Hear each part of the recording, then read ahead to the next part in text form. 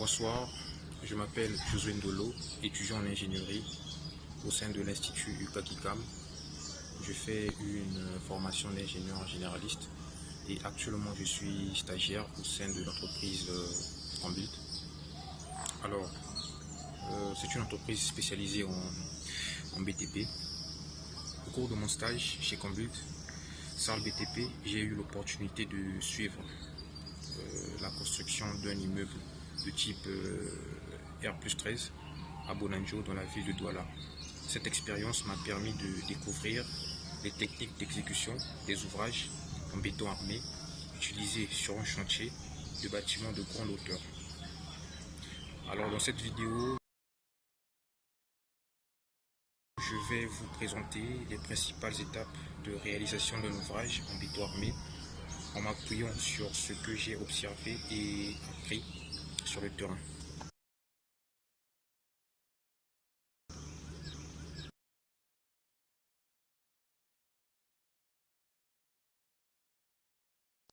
Alors, qu'est-ce que le béton armé?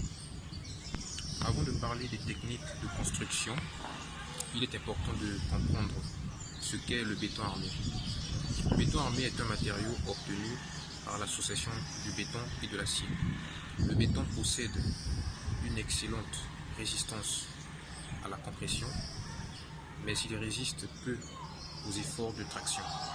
L'acier, au contraire, présente une très bonne résistance à la traction. En combinant ces deux matériaux, on obtient une structure capable de supporter des charges importantes tout en garantissant la stabilité et la durabilité de l'ouvrage. C'est pour cette raison que le béton armé est largement utilisé dans la construction des immeubles. Le ferraillage. La première technique que j'ai étudiée, c'est le ferraillage. Alors, le ferraillage consiste à assembler des armatures en acier conformément au plan de structure. Les armatures sont disposées de manière à renforcer les différentes parties de l'ouvrage, notamment les poteaux, les poutres, les voiles et les dalles. J'ai également découvert que les barres d'acier sont classées selon leur diamètre, par exemple barre 12, barre 14 ou barre 16 mm. Le choix du diamètre dépend des efforts que devra supporter chaque élément de la structure. J'ai compris que la qualité du ferraillage conditionne directement la résistance du bâtiment. Le coffrage. Après la mise en place des armatures, vient l'étape du coffrage. Le coffrage est un moule temporaire qui permet de donner au béton sa forme définitive. Il doit être correctement assemblé, stable et parfaitement aligné afin de garantir les dimensions prévues pour les plans. Une mauvaise mise en œuvre du coffrage peut entraîner des défauts de géométrie ou la qualité de l'ouvrage. Le bétonnage. Une fois le ferraillage et le coffrage contrôlés, le béton peut être coulé. Cette opération est appelée le bétonnage. Le béton doit être réparti de manière uniforme dans le coffrage afin d'enrouler complètement les armatures. Pendant cette étape, il est essentiel d'éviter la ségrégation des matériaux et de respecter les conditions de mise en œuvre. Dans la partie 5, nous allons parler du vibrage. Voilà, le vibrage et la cure. Après le coulage, le béton est vibré à l'aide d'un vibreur, à l'aide d'un vibrateur. Le vibrage permet d'éliminer les bulles d'air emprisonnées dans le béton et d'améliorer sa capacité. Une fois cette opération terminée, il est nécessaire d'assurer la cure du béton.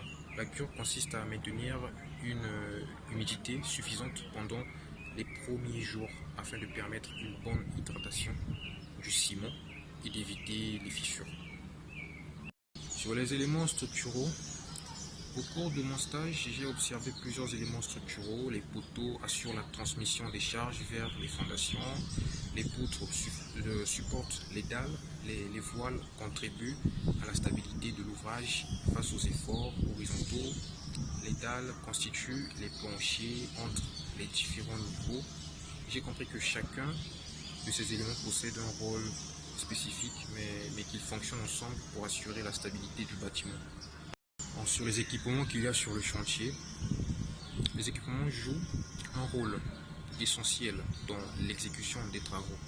J'ai notamment observé une grue à tour utilisée pour transporter les matériaux vers les différents niveaux de l'immeuble.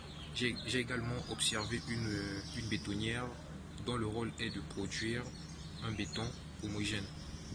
Même si je n'ai pas participé directement à leur maintenance, j'ai compris que leur entretien régulier est indispensable afin d'assurer la sécurité du chantier et la continuité des travaux. Là, en conclusion, ce que je peux dire, ce stage m'a permis de passer de la théorie à la pratique.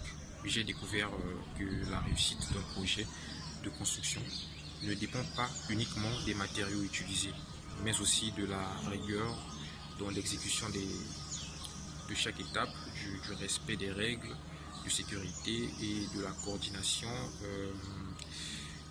entre les différents intervenants. Et ça a été une belle expérience, ce qui a renforcé mes connaissances. Ce qui a renforcé mes connaissances en génie civil. Et voilà, vu qu'à l'école, j'ai eu à survoler sur plusieurs cours en tant que généraliste. Comme je l'ai mentionné au départ, je suis une formation d'ingénieur généraliste et ce stage m'a beaucoup permis aussi d'avoir l'aperçu de ce qui se passe au sein d'un chantier, en BTP, en génie civil et tout.